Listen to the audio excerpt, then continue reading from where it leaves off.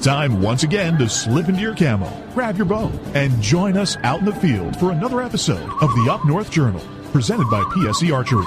The Up North Journal crew is knocked and ready to rock for another exciting adventure. So let's step outside and hit the trail. This episode is brought to you by PSE Archery, Black Eagle Arrows, Cabela's, Antler Action, Spot Shooter Archery, Tom's Custom Turkey Calls, Family Traditions Tree Stands, Badass Slingshots, and Mossy Oak. Hey, welcome back to another episode of Up North Journal. Not just another episode, episode from the lodge. Yeah, we're not even in the cabin tonight, man. No, we're on the road again. We're 2.5 hours north of the cabin. Yeah, and if you hear something that's a little different, you can hear the water going over the spillway out here. That's not static in the audio. That's water rushing over top of the spillway. Beautiful evening in northern Michigan. Absolutely. Busy week. Busy week. We're going to start this episode off with, we got Cody and Mara with us. We're up north. And, man, what a week. You guys, have you had fun this week? Absolutely. It's been a blast. Are you tired? A little bit. A little bit, yeah. Been going at it pretty hard. It has been a hard 3 days. Kind of starting things out. You guys said, hey, we're going to do some fishing up in Michigan. Let's put something together. So, we wrestled a few days off and put it together. Dan, you joined us here a couple days later. Absolutely. Wouldn't miss it for the world. And, God, I don't even know where to begin. I guess. Well, you know what? How about we kind of go back to the beginning? How was your guys' Wednesday night drive up here? It was good. Yeah, pretty smooth. Uneventful? Yeah, it was. Spent an hour getting groceries. Yeah. Once we got you, we had an easy drive up to you. Really no traffic. And picked you up, got some groceries, good to cook. We had an hour stop at Cabela's, bought a bunch of stuff. Right. That's right, yeah, before you even got to the house. That's right, yeah. So how'd that go? Because we were relying on you to get, this trip's been, we're fishing for bass, smallmouth bass. And, I'm a rookie at this. I drown worms. So we left it up to you guys to kind of school us and teach us what to get. So you picked up all the tackle. We did. We went in there, we thought we had all kinds of time. And as we started looking at stuff, we're like, oh, we got 40 minutes left. We got 20 minutes left. And then it's like freak out moment. We still don't have halfway done. But Quick, grab a shopping cart and fill it up. We got it. And that store's, it was Mara's first time there, right? Yeah, I've been to the Wheeling store, which is very, very similar, but that was my first time in the Dundee store. It's set up a little same size. Yeah. You like her store? I love her store. Yeah, it's a nice place. I love that place. It's a big store. Yeah, it's... Mm-hmm. At one time, that was the biggest one. We didn't even have time to go up there. We didn't go to camping, nothing. Okay. Everybody there treat you good, I assume? Yeah, everyone treated you good. It was a pretty quiet night. They weren't very busy. It was Wednesday. Yeah, probably the busiest place would have been the gun counter. Yeah. As usual, always is. Yeah, go spend 2 hours there.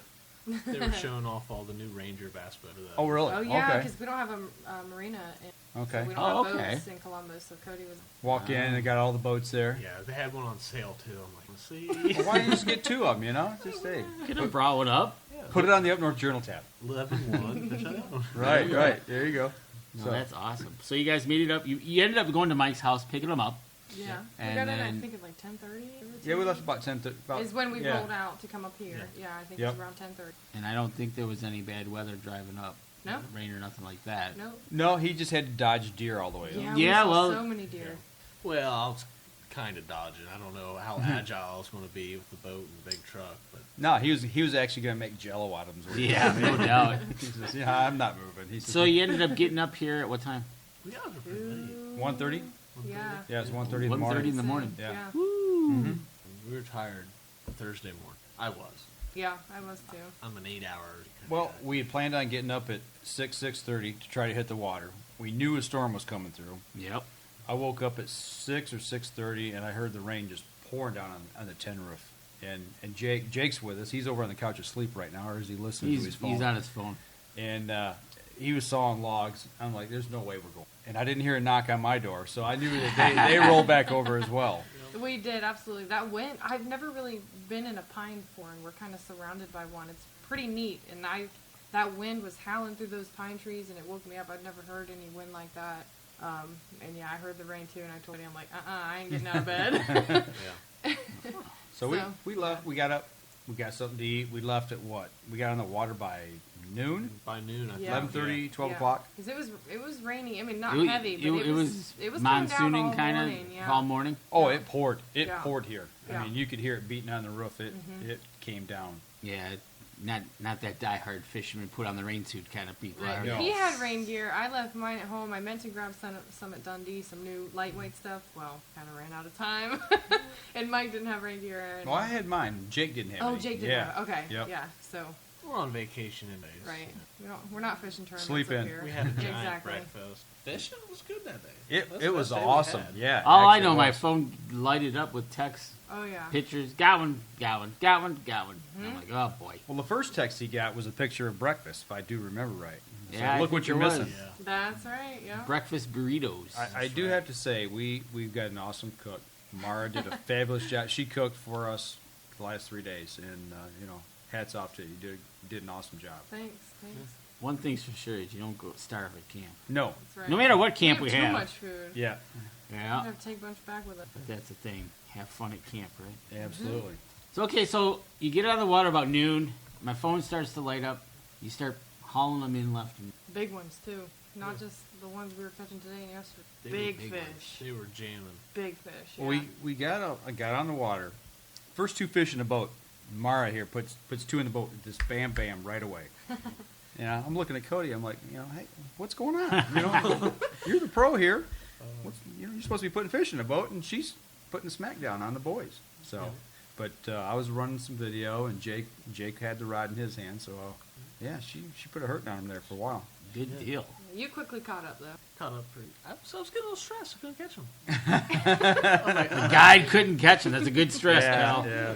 Now, tackle wise, the way kind of explain how you set up, what we were using, and how that all kind of played out.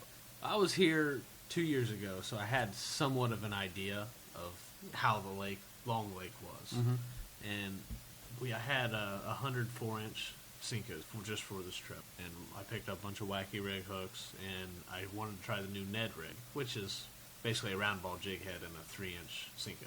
Okay. And that real slow presentation of them dropping, lighting them up so clear, and a super finesse tactic. And once you got it down in them boulders, the later in the day when we got on them in the boulders, you had to get down in them and you start picking. That's where the bigger fish. Now, compared to Ohio, that's one thing I kept hearing you two talk about, was the fact that we can never see through water like this. The difference in, you guys are in man-made lakes versus we have natural lakes up here. Right. Talk a little bit about that. It was just, it's so different. We're like in heaven when we're up there. So beautiful. Back home, like you said, they're all man-made lakes. Some of our lakes, the average depth's 4 foot. Yeah, like Buckeye Lake. And I don't when think it- it gets over its feet. Yeah. When it rains, it's chocolate milk, they flood. And even, we got a few lakes that get clear, but 5 foot of water is all farther you can see. But most of the time, you see Nothing. 2 inches down. Yeah. Those drop offs today, those rocks that like the drop off today. How deep was that? We were sitting in the big drop off. I was about 10 foot. Okay, so you're seeing almost 4 or 5 feet deeper than the average. Yeah. Yeah. Absolutely. And that was half the clarity Hubbard was. Yeah. Right, right. It was a big mayfly hatch, and I don't know if that had something to do with Yeah, it. today was a lot. It was It a lot was more murky. I mean, you could see down, but a lot better than Ohio Lake still. But it was murky. What was it? Some goofy goop on the water? Goofy goop. Yeah, you missed the goofy goop. Oh. Yeah, Mara, there was that film on the water, and she's asked Cody, "Well, what's that on the water?" He's like, "I don't know, some kind of goofy goop." So yeah, you definitely put the hurt on them Thursday. What did we catch that day? We put 28 in the boat, I think. 28 in the boat, yeah. And how many that we got to the boat and flipped? A lot. Yeah. A lot. If we count those, probably at least 4 or 5. Probably. Honestly, lost clean. Yeah, But we caught more than we lost, so that's always good. but yeah, that's good. When we first got on them, they were super shallow. When we Right. went back in that bay, Oh, that's right, by those Yep. houses. Yeah. and that kind of, we didn't even go on with that pattern at all throughout No. that shallow. I mean, we could have really caught a lot of fish like that too. But when we went out to the deeper water, which I kept saying, I'm like, typically after spawn, the big fish go deeper, get some shade on them, and we got there and we start catching our fish. Not that we didn't have big fish yet. Right. One here and there. The concentration was out deeper. The The bigger fish were deeper because they were all done with the spawn. They're looking to go for the shade. Yeah, moving out. Sunlight, because you guys get so much sunlight penetration. Those giant, boulders the size of cars down there. Yeah, they were. They were bigger. Right. Yeah. So there's all kinds of shade they can. There's not any grass and longleaf. That's what Right. they got. Rock bottom. Yeah, you didn't have to worry about running weedless hooks. Yeah. You know, that was pretty neat. Not like on Friday when I showed up. We went over to Fletcher's pond and That's all we fished was grass. all Right. it was. But was it the right Had grass? to be the Yeah, right yeah. grass. That's for later in the show. We'll get into that. There's a lot of great sayings this weekend that I think are really pro bass fisherman terms that Cody Yeah. sprung on us. You know, Yeah, like you know, like the right, goofy right, goop. goofy goop, right rocks, And the sunny moon. Yeah. sunny moon. Why is the moon out and rising? And, yeah, we got some good explanations from this pro fisherman here. Yeah, we did. You know, Yeah. they were just spot on. You know, getting that guide. You know, knowledge. Yeah, that was pretty cool. Yeah. But we started out up next to those houses and started working a little deeper. Jake, I think, put 3 in the boat that day. I put 2 in. Nice smallmouth bass, and that's the first smallmouth bass I ever caught. I've never been smallmouth bass fishing before. Like I told you guys, I drown worms. Yeah. And you guys put me on some great fish, and it was just fantastic. I can't say enough about it. But we moved back out into that deeper water, and that was a little different, fishing style. I had to learn how to work the rig through the boulders, like you said. But man, the clarity of the water, it was incredible. You could see right down in the middle of them. You could see the fish swimming, and cast at them. I mean, that to me was really cool. Yeah. And it was pretty easy because you could see the humps in the rock piles. Mm-hmm. I ended up just shutting my electronics off because typically, like, you'll find it on your structure scan or something like that.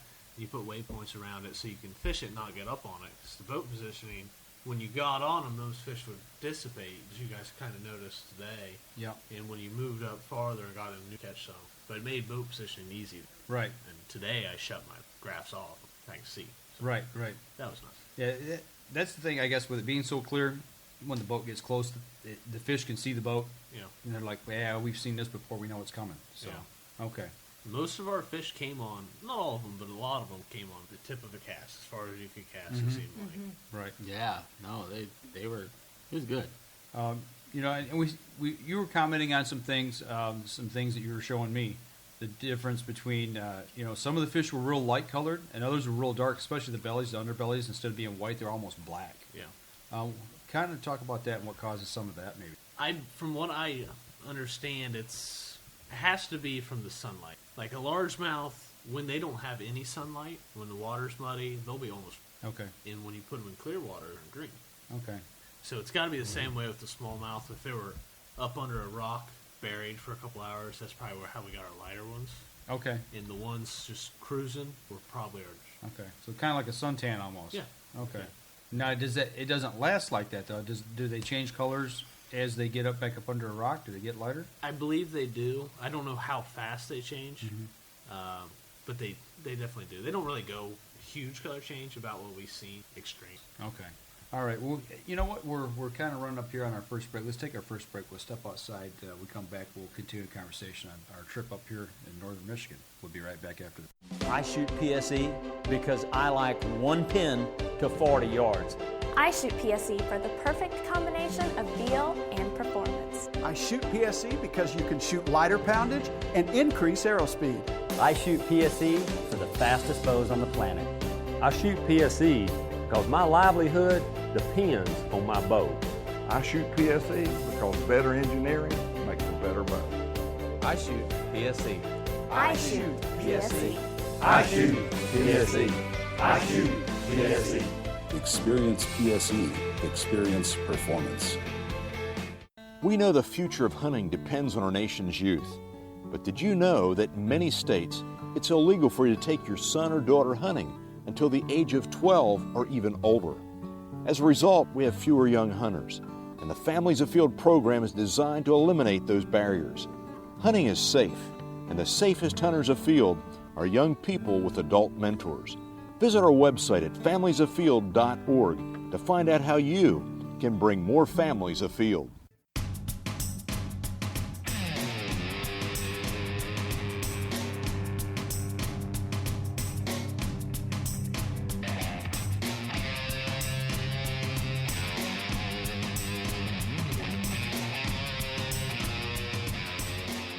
Welcome back. Second segment of the show. Hanging out up here at deer camp. Yeah, fish camp. Fish camp. Yeah, this week's fish camp. So. Yeah, and talking about day one so far, you guys had little monsoons in the morning. Yeah, it got was out, windy. Got out, did some fishing, but you had some weather, some overcast, some wind. I would, like I said, I'm not a fisherman, but I would think that would make it harder to fish. It makes boat positioning and casting more difficult. Yeah. And when you're fishing, because we were fishing 8th ounce and 15th ounce weights on our rigs, and when we got, what was our wind? 20 mile an hour? Yeah, it was blowing hard. Yeah, That makes hard to cast. Yeah. I think that's why I started getting more bites, because I upped my weight size that day, and I could actually get to the bottom instead of my bait just blowing. Okay. But I do believe it helped us. Well, I know when I was casting and throwing, you'd see it was like a curveball. Yeah. Mm-hmm. You get hit in the wind, and all of a sudden I'm aiming in one spot, and it'd be 10, 15 feet away, to the right or the left. So Catching the wind. Makes your accuracy a little off. When you're fishing like boat docks, that makes it a pain, because then you're in people's boats. Right, yeah. Sorry about your tarp. Whoops. Tank. Bang. Open water is not too bad, because you're kind of just fan casting. I mean, you're targeting a certain area, but the area is so much bigger. Right. I got you. What we were fishing. And one thing that you showed us was the red eyes. You caught one that had just real extremely red eyes. Yeah. Pigmentation. That was neat. He must have been out at the bass bar a little late. Must have been. He was hanging out late. That's the first time I've seen that on smallmouth. Really? Up here, yeah. And it was awesome looking. Uh-huh. But I don't know what caused it. We read something about pigmentation. Mm-hmm. Other than that, I don't know. I'd like to know. Well, the one guy in the forum that we checked said that they were guarding nests. Guarding nests, that's right. Yeah, so you're talking about them coming off the spawn. Yeah. Would they still be guarding nests this time of year? They could be. We caught some shallow, and some of the bigger ones could have been females up there on nests, or they could have been males. Yeah. The smaller ones. In the deeper water, that 6-foot range, they could have been on some nests, because the water is so much cooler down there. Right. And typically, when they hit a certain water temperature, they'll start spawning. Okay. Now, what's the predator that's trying to get the eggs? What are they guarding the nest from? Anything. They'll hit bluegills that come by, crawdads. They'll flush out of their beds. In different states, lizards. Lizards, the main predator for southern states. Okay. And salamanders. Up here, I don't know. It's probably just little bait fish and bluegill and crappies and stuff. Okay. Okay. Do other bass mess with other nests? They'll eat the fry hatch, but they don't really mess with other nests. Well, I know Red gets red eyes when you get near his food. He's guarding his plate. That's right. Absolutely. Absolutely. He's that deep red eye. Cody also caught one we called bum eye. We had bum eye. That was weird. That was really weird. It's probably because someone has caught that fish before. But his gills were messed up too, see. It could have been attacked. Yeah. They have pike in there, probably. I'm pretty sure there's some pike in there. Attacked. Or it could have, fish hook can get them at times. Yeah, he only had one eye, and that side, it was his left side, and his gills were a little tore up also. But it looked old. He had weird, black speckles on him, almost like parasites or something. Yeah. I don't know. I think it is a parasite. He was old and sick. Yeah, he definitely was. Well, the first fish you caught that day over there in the shallows, I remember. Well, we didn't get a good look at it. We tried to as you were fumbling with it, flipped it back in the water. But that fish had been attacked as well. Yeah, he was chewed up pretty good. That could have been maybe not bum eye, but that fish could have been beat up from spawning too. Okay. The rips on its belly. It could have been. Typically, it's just their fins that get bloody, but they'll rub their fins down to nothing. Really? Yeah. So it's hard to say what actually happened to them, but more likely it was a toothy critter that came. Okay. Oh, and another thing that Mike mentioned was a divot in their head. Yeah, you showed me a divot in the head of that one, that really big smallmouth. Yeah, we were seeing a bunch of crawfish, and you'll catch them like that, and they're kind of just messed up looking. And it's from them smashing their face against the rocks, crushing crawdads, and they eat them. So they break their own jaws and stuff like really? that. Really? Yeah. So people are always like, do fish feel pain? They do to an extent, but then again, they do that to us too. Yeah. They eat, so it must not be that bad. No. Yeah. But he told me about that divot in the head, and just another interesting factoid. It's like, wow. Yeah, I learned a lot about just the smallmouth, the things you were saying, just like that it was that give me some insight into how to go after them or what they do. Is really cool. Really cool. Next time we go out or something, we'll know kind of a little bit more to do than drown worms, right? Exactly. So, and I guess that's the one thing too is it's like deer hunting for me. I try to get as much knowledge as I can when I'm chasing something, but I wasn't real serious about fishing. But you showed me that you need to do certain things to be successful. It's not just drowning worms. You have to get out there and get after it. Absolutely. I mean, what was it like when you reeled in that first smallmouth? Oh, I was on cloud 9. I mean, that fish that I reeled in that day, at that time, was probably one of the biggest fish I've ever caught. Yeah. Size, lengthwise, size-wise. I just never got to a position where I could catch fish like that. Yeah. So it's good. It was a great feeling. That's a blast. That's why I do it so much. I just love it. Oh yeah, it was, and then you'd see them cruising underneath the boat or by the boat or up on the rocks. Right. And, hey, there they are. There's a school. Yeah. And I think it might be the very first time that I've seen so many fish caught, and it was Throwback Thursday. So yeah, it was. Every one of them back. You did. Put every one of them back in the water. So. Yeah. No. So it sounded like the first day was It was great. Educational success. And I felt like I was in fish school, or fishing school, Right, exactly. And, how was the lake traffic on Thursday when you were there? Dead. We saw, like 2 other boats? It was nice. Yeah. Not like our lakes. Even on a weekday, our lakes will be packed. But that lake was long. I mean, it was. It had the name Long Lake, but I mean, it was like where we were at today when we came back, when we stopped there at Red's Island. We'll get into that later. How far do you think we traveled from the boat launch to that island? Because that was really the furthest point that we went. I'd have to look at it. I bet it was over 3 miles. Okay. I'd say it was over 3. To me, it felt like 5 or 6. I mean, it could have been. Okay. But there's still a few miles south and a couple miles north. Right. I mean, that's a pretty long lake. Yeah. No pun intended. Right. Yeah, it was awesome. And how was your first boat ride in a Champion? Oh, that's Oh my gosh. It's like a drag boat. I've rode in one boat that was faster than that, but it was a lot smaller. Yeah. And I thought I was going to die. But no, it was really nice. And that was the one thing that I learned the first day was getting in your boat of why it's so important for you, tournament fishing, getting from one spot to the other. Speed is the key to everything. Mm-hmm. And we learned that this morning. We get out there and somebody was on the spot that you wanted to get on. Well, I can just see in tournaments the guy's got the fastest boat gets where he wants to go first. Mm-hmm. So it's really important. But smooth ride too. Smooth ride. Yeah. It's not as fast as it should be because it's getting a few hours on the motor, but it is a nice ride. I love that. Well, not to jump ahead to today, but talking about speed, we've got my little tin can up here, my 14-foot Meyer with a 15-horse Merc on it.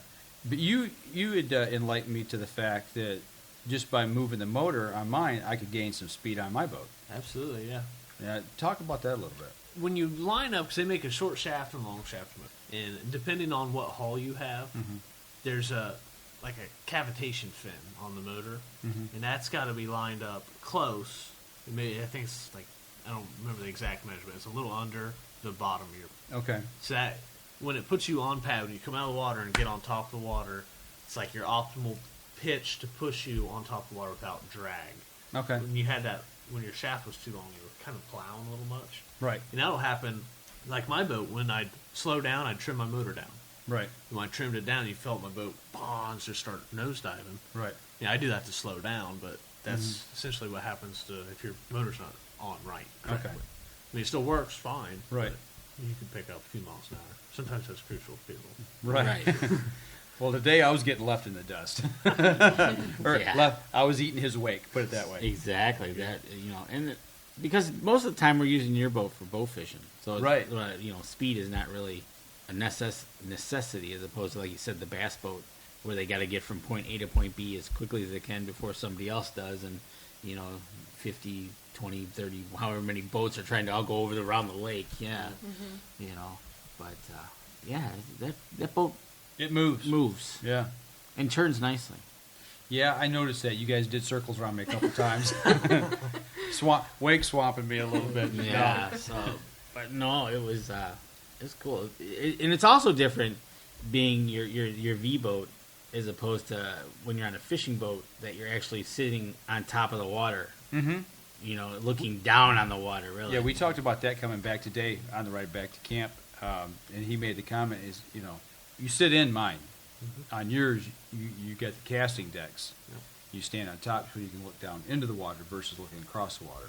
Mm-hmm. It makes a big difference. And even standing up, even if you stand up in mine, it's stable, but you feel uneasy. It's because it's not level. That casting deck on yours it's level, and it gives you a good firm feeling under your feet to be able to do what you do. Exactly, and that's one of the things about that is that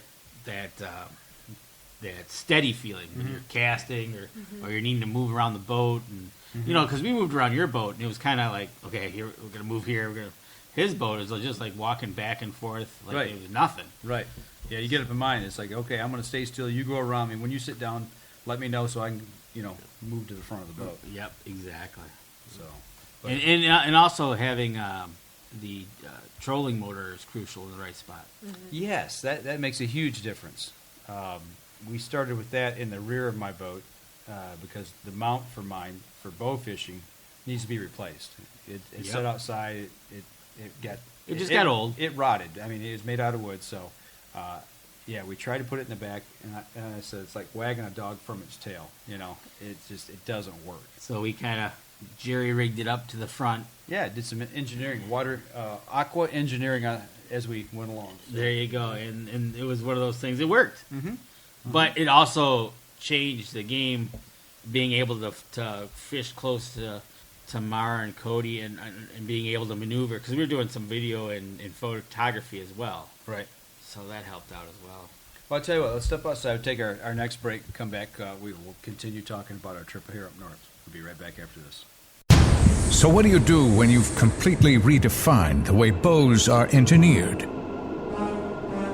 When you've reached the pinnacle and the band starts playing your victory song, you start a revolution out of thin air. Introducing the all-new PSE Carbon Air, engineered with true carbon technology to be the lightest high-performance bow in the world.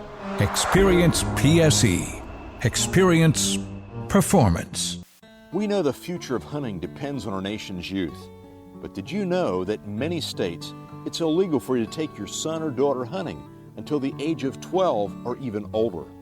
As a result, we have fewer young hunters, and the Families Afield program is designed to eliminate those barriers. Hunting is safe, and the safest hunters afield are young people with adult mentors. Visit our website at familiesafield.org to find out how you can bring more families afield.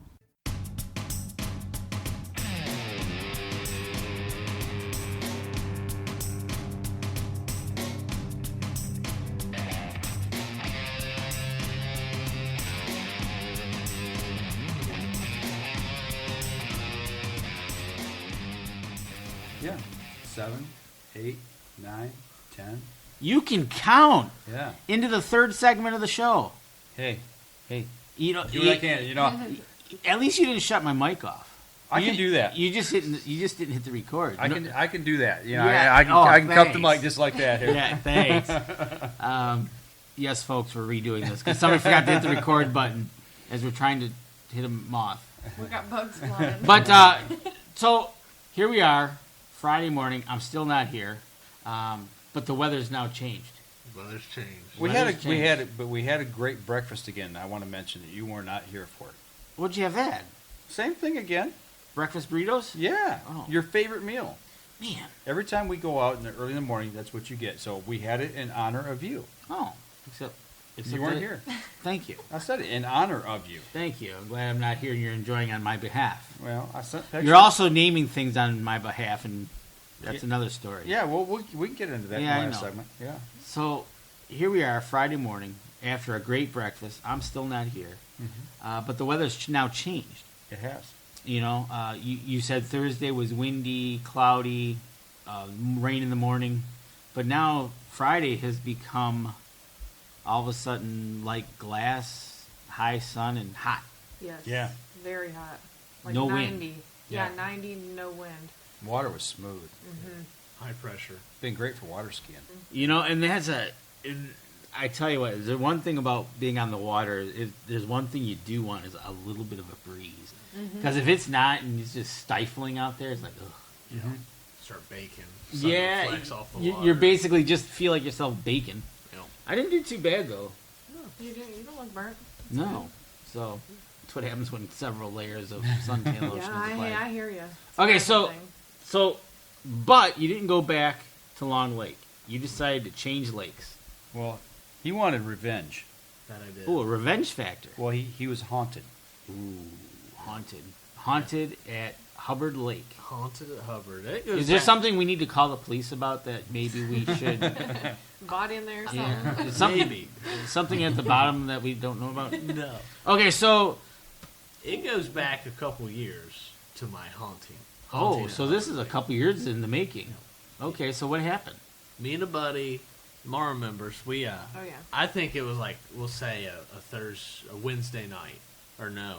Yeah, Wednesday night. Yeah, like, it was hey, like you want to middle go to of the Michigan with me tomorrow? He's like, yeah, why not? Here we Yeah, go. let's go to Michigan. Road trip. Yeah, road trip. Kind of like this trip. Right?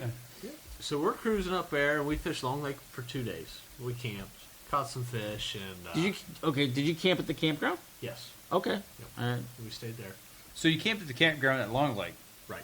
And you went down to Hubbard. Yes. Okay. On our way home. Okay. Because I had a battery blow on me, so I had to go to Alpena, and we're like, well, we're not going back to Long Lake, so let's go to Hubbard. I've heard good things about Hubbard. So we fish, and it was about like it was yesterday. Hot. I mean, it was probably about the same temperature, just later in the year. I think it was July. Okay.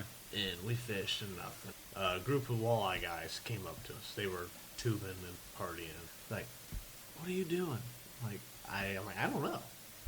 They're like, you ain't gonna catch no fish here. They're like, follow me. Come on. And so they take me over this rock bank.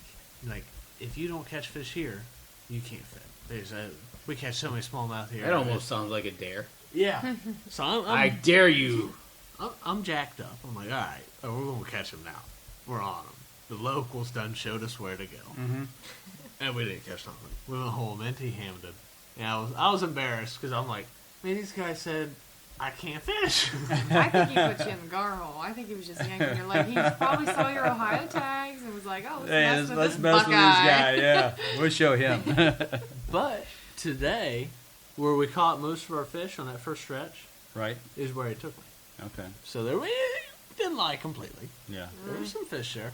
So when you went back to Hubbard then to gain your revenge, you went back to that spot. Went back to that spot. You said, "All right, I'm gonna go back there and 2 years in the making. I'm gonna settle up with this guy." That's where he started. And you caught one within the first 10 minutes, 5 minutes. Did you grab that fish and yell out the guy's name in vain and told you I could do it 2 years later? No. It was in the back of your mind. Puffed my chest out. Okay. This 10-incher in the boat. Okay, so compared to Thursday, the size fish you were catching on Friday, what was it like? Bigger, smaller? Like catching crappies compared Ooh, to Yeah, they were way little smaller. dinks. Little dinks, Little huh? guys. Wow. About like what we catch in Ohio. Now, so is this because of the weather change that the big ones weren't biting, or just you don't think they were in that area, I guess? I don't think they were really in that area. We didn't see any big ones there. We did some moving and seen some bigger fish. But it's a big lake, and there's so much water you can fish. But there's nothing there. It's just a bolt. I mean, there's rocks and stuff, but it's all the same. Didn't you say it was like 80-some feet deep? Yeah, 80. My GPS said 87 feet on the contour map. And I seen 80, so... That's a deep lake. That's a deep lake. Where long's like 25. Oh, the max on long is 25? I think so. About? Makes So, a difference. They could have been... We know we seen them from the 16-foot to 2-foot of water range. And we've seen some nice fish in about 10-foot water on that grass. You could really see because it was so clear. Yeah. It was real clear in It there. was clearer than long. Yeah, we could see like 15 feet there. probably twice as... Yeah. Almost twice as clear. Yeah. We can see crawdads swimming. Like with their little 10 tail feet, flapping. Yeah, 10 feet of under water. us. And they were everywhere. There were so many crawdads. Should have caught. You could have had a crawdad buried. Hey, I had one on my... It latched onto my wacky rig when I pulled it out of the water, and then it fell off. Aw. I caught a crawdad. There you go. You learned something about crawdads. Yeah, I learned something new. What'd you learn? They swim backwards. Crawl forward, swim They backwards. they swim backwards. I kid you Oh not. yeah. Okay, that. Yeah. Yes. Okay. I was like, he's swimming backwards. They swim, Like- but they crawl forward. Yep. And Cody's like, well, yeah, you idiot. They swim backwards. I didn't know. Hey, you learned, like you said, this has been an educational It has few been. days. It has and been that's just educational. another part of it. Just like when you get when the bass get a crawdad, they smash them against a rock. Yeah. Yeah. Now you know they swim backwards, walk forward. And the part that we didn't record, we tried to record that I messed up. You learned that they eat them one at a time. You know, well, yeah. Well, I didn't know if they could get a couple in their mouth because you talk about largemouth bass or something, big mouth. Yeah. Go to Crawdaddy's and get a bucket of 10. Exactly. You know, here's a bucket of 10. Keep eating. But So- that was neat watching so many crayfish. Oh, you my know, goodness. they were everywhere. I never seen them. You could, if you had a snorkel, you could probably have crawfish dinner. Yeah. Oh, absolutely. Yeah. You could have went. Oh, if you had I a told him we snorkel, could have you had, would've a done it. boil. There's It was an nothing idea. to look down and see 20 or 30 of them. Oh man, you imagine could you get that and bring Right? Mara seen freshwater mussel. Yeah. Yeah. Oh, I've did seen you? That before. Yeah. Yeah. And a lot of zebra mussels too, which we Yeah. have. Do we have? I know I've seen them on Lake Erie, but Yeah, we got some like Allen Creek. We in most of our Yeah. lakes have them. Yeah, that's a big thing of the zebra mussels. I guess I could just see them so much clearer. I was like, holy cow! It there's has a lot to down do. there. Yeah. That's why we have a lot of water clarity. Right. We seen some big crates there. Remember that? Oh, that's Yeah. right. Crates. Yeah. Crates. They were Yeah. what, 2 of these tables put together? They were like Yeah. the size of a truck bed. Yeah. Oh, in the bottom of the lake. Yeah. That's what. Okay, so that's. Remember, I told you that's what they did up in the UP. That's what they do. They must have did this on this lake. Sink them. Yep. They put them on the ice. For They build them. structure? Yep. They build them. Oh, Put that's them on the right. ice and just let nature take its course, and they'll sink on their own. You can But- go down there about October and just pluck off crankbait. You make so much money. Oh, no Yeah, kidding! yeah. No kidding. That's like a golf course when they've got those holes that you're not supposed to go in there, but yet they send a diver in there to go get all those balls. Uh-huh. But, oh, I can imagine. Can you imagine you're just drifting or trolling or casting, yep, not coming off. So, but yeah, no, but okay. So, Hubbard Lake catching small ones. You broke Broke the ice. the ice. Revenge 2 years later. It's exciting. I didn't have to catch 9-pounders. That 12-inch. You Well, caught a probably few. caught a I pound think and a half. Mara. I think you caught a few. Yep. I think Jake caught 1 or 2 over there. You just wanted the one. Yeah. Yeah. I got skunked there. You did okay. Yeah. So you got. But you were skunked. also doing a lot of filming too. Yeah. You all played with the Aquaview, didn't you? Oh yeah, that's right. I had the. She's chasing crayfish with the aqua. I was, yeah. Cody and I've got an Aquaview that's pretty fun to use. Especially, we've never used it on water that clear. It's got an LED light built into it. So in our lakes, we crank that LED up to 100 out of 100 because Oh yeah. you can't, Can't see see nothing. anything. But with Put this, the high beams on. with this, I had it all the way. I mean, I didn't have the LED lights on at all, and I could see forever. And I saw some bait fish swimming around, some crawdads, but That's cool. it's pretty cool. Yeah, you can see all the aquatic plants down there. Yeah, I'm gonna have to make another trip and maybe spend a few days there. It might be painful because it's kind of a pain to fish. Yeah. But we know the size is there, and they have they catch them there. Yeah. Well, the state record was caught there this spring. New state record, over 10 pounds. Yeah, So that was a giant. I couldn't imagine hauling a fish that big in what we were fishing with. To me, I think it would break you off. Imagine that, huh? Yeah. Yeah, I've never caught one that big. Let that drag out. 8 pounds is the biggest largemouth I've caught. Nose and foot. Sweet. So that ended your Hubbard experience, and then you guys came back for lunch, brunch. Yeah, we did. Afternoon. We made deer burgers, and that's right That's around when the I- time you rolled in. That's yeah. when I finally showed up, and we were off to Fletcher's Pond. That's right. All right. Well, I'll tell you what. Why don't we save that? We'll wrap up the show with that. So Let's do it. All right. We'll step outside, take our last break. We'll be right back after this. The 2015 Dream Season Decree is a deadly combination of speed and precision. It's built for the moments when time stands still. When the only thing that will break the silence is an arrow slicing a clean path to the kill zone. The bow of your dreams is a nightmare for big game. This is PSE's Decree. Experience PSE. Experience performance. We know the future of hunting depends on our nation's youth. But did you know that in many states, it's illegal for you to take your son or daughter hunting until the age of 12 or even older?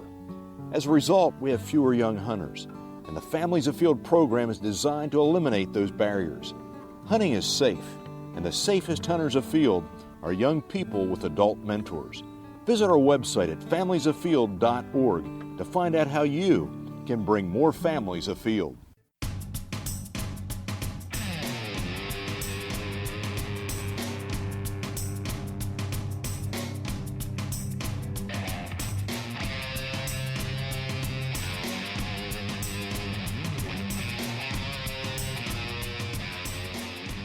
Hey, we're back for the last segment of the show, and we've been talking about our trip up north, and for this segment, we wrap it up with the fact that Dan finally showed up. I showed up. Right at lunchtime. Right at late lunch. Had some great deer burgers, again by Mara. And then we were off to Fletcher's Pond. Well, Cody did some planning on it. He wanted to fish two different spots yesterday, and he wanted to fish Fletcher's Pond and Hubbard. Well, and our camp's right between the two, so we thought, hey, we'll do one, go back, eat lunch, and then hit the other one. And just so happens we talked on the phone, and you were... I was on my way. Yeah, you were right at camp, so we waited on you. Worked out pretty good. Yeah, absolutely. And I was excited to get up here and get out on the water. How was your trip up? Smooth sailing. That's the way I like it. Yeah. You know, just the typical spot for the traffic on a Friday. Yeah. Well, thanks for bringing my boat up. Absolutely. And the usual slowdown spots that we all know about. Right. But then I got up here and had a good lunch, and then it was off to Fletcher's Pond. Now, have you fished this one before? That was my first time ever being there. Okay, a rookie. Gets out of work early, gets up north, has lunch provided for him when he walks in the door, and gets taken on a fishing trip. Wow. Yep. Sounds like a pretty good day to me. Yeah. Yes, it was. Man. Need that to happen every day. But it's actually a good day for you because you caught a fish. Yeah, I caught a fish finally that day. The only fish I caught all day. It was. That was a big largemouth. Yeah. So what was your game plan for Fletcher's? Did you pre-scout this with Google or anything like that? I tried to, but I couldn't tell. I knew what it was now because I looked. I'm like, it's either matted grass, but yet I see stumps. I had no idea really what to expect other than I knew there were stumps and something on the bank, which was reeds, and there was some grass, but it had to be the right grass. I was just about to say, in another educational moment, was it the right grass? Dan learned the answer was it the right grass? Well, I didn't catch when you caught it, so it must have been the right grass. At least that spot was. Found a patch of the right grass. Right. That's right. So what is the right grass? Whatever grass is right for the fish. I was looking, because the grass is just starting here. Okay. So there was real thin grass, and then there was patches of thick grass and deeper water. Okay. So it was like almost the farthest grass out, and there was a couple fish in there. Mm-hmm. Yeah, I'd be cruising, and I'd hit it, and then load up on it. Mm-hmm. And you catch a couple in that same area. Yeah. So when grass is present, do the fish follow the grass? In certain lakes, not all the time, but yeah, if there's a bunch of grass in the lake, typically you're fishing it. Okay. I mean, whether it's shallow grass or you're fishing deep in the crash, which Fletcher's Pond was a pond. I mean, it was shallow. Right. As the home for me. Right. So you felt right at home? I mean, it's like what you fish at home, depth-wise? Close. I mean, I had a good idea of what to do, and we pulled right up on a spot, and I just really picked a place to start. Mm-hmm. It looked halfway decent. I got there, and I'm like, well, I need to be out this way. And we started some fish. You caught some pike, too. I did. Got a couple hammer handle pike. Yeah. That's the first pike you ever caught? Yeah. I think they call them chain pickerels in Florida. Okay. I've caught some of those. Okay. They look similar. First northern pike, though. First northern, yeah. Okay. A couple of northerns in the boat. Weren't long enough. Destroyed my spinnerbait. Really? Yeah, my wire was all bent. Oh, yeah. Teeth marks all over it? Yeah. It was like a snake looking. I was like, so you had to rebend it to make it run right. Okay. You had to twist this way and twist it back that way and flatten this. And they weren't real big fish. No, they were feisty. Put up a good fight? Yeah, it was fun. Okay. Oh, yeah. But you, was that the fish you caught? You caught a big one, right? Yeah, I caught a largemouth. Fight. Yeah, that was quite the battle. Which you thought you were hung up in the weeds. At first, but I always, you kept saying, you'll know the difference when you when you get a big one, and you'll feel the difference. And I was reeling in, and it felt like it had stopped, but it was different. It was almost like you could feel it pulling backwards. It was like a sucking motion, and I'm like, it was a tug, and then all of a sudden, I could feel it moving, and it shook, like it was shaking its head trying to break free. And I'm like, I got a fish, and I'm expecting a smallmouth, and we finally got it out of the weeds, and when it circled out in front of us, it made an arc, big huge arc, and I could see the flash of it, and I'm like, no, that's no small fish. By the way, we had no net. Had no net, no, didn't have a net. No. And it ran to the front of the boat near Dan, and I was like, get a hold of it, lip it, and bring it in. And as soon as he started to reach down, it made a run, and it ran under my boat. And the thing is, I'm fishing with an ultralight rod. Cody says, yeah, ultralight's fine, but it made it fun. It's fun. But I was thinking it was going to break me off. Yeah. I had a 5.5 foot rod, and when it went under the boat, I was doubled over, and I'm reaching under to keep it from breaking the rod. Mm-hmm. And he came back out, and then he went around by my prop. And I said, he's going to break me off on the prop. So I'm fishing out around the end of the boat, trying to loop the rod around. And then he makes a run back around the prop again, so I come back around the other way. And finally, Dan got to where he could grab it and pulled it in. Yeah. Like a circus. Yeah. It was. Oh, we were just missing the music. Yeah, it was Mo and Larry, and all we needed was Curly, Curly was the fish. Right, But, that's the biggest fish I've caught on tackle. I've shot bowfish and shot carp and stuff, but that's the biggest fish I've ever caught. It's exciting. Oh, it was a blast. It was quite the adventure, and it was pretty cool. And that's and I let it go. It was Throwback Friday. Yeah, it was Throwback Friday. And we did that all week. We didn't keep any of the fish. I've never eaten a bass. I don't think Cody has either. I don't know many people who have. My taxidermist does, because when he takes them in, he says he doesn't want to waste it. Yeah. And he soaks the meat in milk. And he says the enzymes kind of break down that gamey taste. Helps to kind of cleanse it, I guess. And they say, pike are bony fish. And bass, a lot of people don't eat bass. Because most people tournament fish for them, and they're like, Up I here, don't want to eat you. not many people fish for the smallmouth. And especially in Canada. Like, Canada, smallmouth are like trash fish. Really? Yeah, they're in places, they'll just throw them up on the bank. Like, we kill carp, they kill smallmouth. No kidding. Because they're so into the pike and... Oh, yeah. Yeah. Up there, pike, and they get big pike. And you kind of get that here, too, being so far north. I mean, you have a fair share of smallmouth fishermen, but you got a lot of walleye and pike guys. Right. Just looking at the boats going down the road. Right. Yep. That's well, there's a couple of guys that I know that do fish for smallmouth, but out of everybody that I know, it's only two. And another big fish is walleye. A lot of people go for walleye around. It's a good fish. But So you landed one. Yeah, I was pumped. We were hunting in the evening, so it was starting to get dark, and it was one of those things. How did you find out it was evening? Well, you I wanted to learn. You got enlightened. And some fish, some more fish. Oh, education. absolutely! Did I get enlightened? And I was sitting there thinking, and I just wanted to ask questions because Cody's the expert here. I told you what kind of grass to fish in. What kind of rocks? Mm-hmm. So we gotta have the right grass, the right rocks. Stay out of the fish goo. Or the goofy goo. Goofy goo. Goofy goo. Yeah, and I saw the moon coming up, and it was the evening was just turning out to be fabulous. It was beautiful. And it's like, well, so the moon's coming up. Does it have anything to do with the fish? So I had to ask. What'd you ask? I said, okay. I said, oh, Swami Pro Cody. Does it mean anything when the moon's coming up for the evening while we're fishing? And he said yes. And the answer was?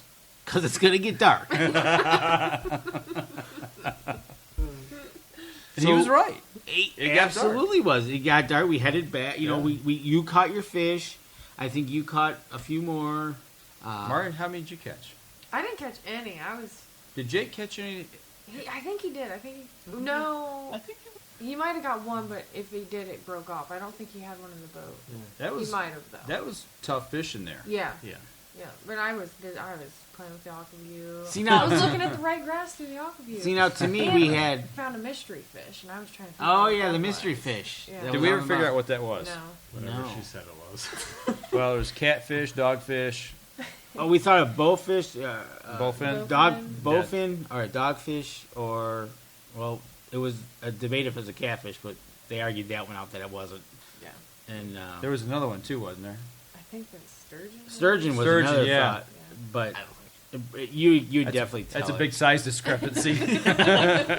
I don't know. I mean, it had like a diamond-shaped head almost, and it didn't look scaly. It looked like it had more Did like it catfish. eventually go away, or just? Yeah. Well. Oh, you kind of annoyed it enough. How long was it? It was. I'd say it's probably 8 pounds. It was. Yeah. It was big fish. Big, yeah. Okay. So I, as soon as I saw that, I was like, "What is it?" And I tried to get the algae out, but by the time I got it out and in the water, I couldn't find it. It almost reminded me. I mean, she thought it was a catfish, and it almost reminded me of like a trout head catching my first trout here. Mm-hmm. The way it was looked. So, I've seen a billion largemouth that wasn't. It could have been just the glare of the water, but I'm like, what the heck is that? Right. But it was kind of just sitting on the bottom. That's why I was thinking catfish. Well, it tried to eat my Senko when it was coming out of the water, and it got to the boat and it turned. So okay. Oh, so you got a better look at it than I did. Oh, okay. I don't know what it was. I just saw it when it was on the bottom hanging out. Could have jumped in after it, but it might have beat me up. It could have. So yeah, no, I asked the question, got my answer. I was happy. Yeah, and he was right. He was right. It got dark, and we decided to head in and call it an evening on the second day. Absolutely. Yep. So the first 2 days, half the day that I was here, and the first day and a half you guys been up here. It sounds like good time. Good time had by all. Yeah. You know what? We're running up towards the end of the show here. I know we got another day. Why don't you say? Think we take and push this to next week's show and kind of wrap everything up because we still got a lot of stuff to talk about. Oh, we do. Yeah, we do. We still got another day and a half to go, or plus all the shenanigans that went on around here. At camp, so. Exactly. So, but it's been kind of so far so good. Father's Day weekend. Oh yeah. Tomorrow, or when you hear the show, it will have been Father's Day. Yep. And we've got to make an announcement. We got to make an announcement.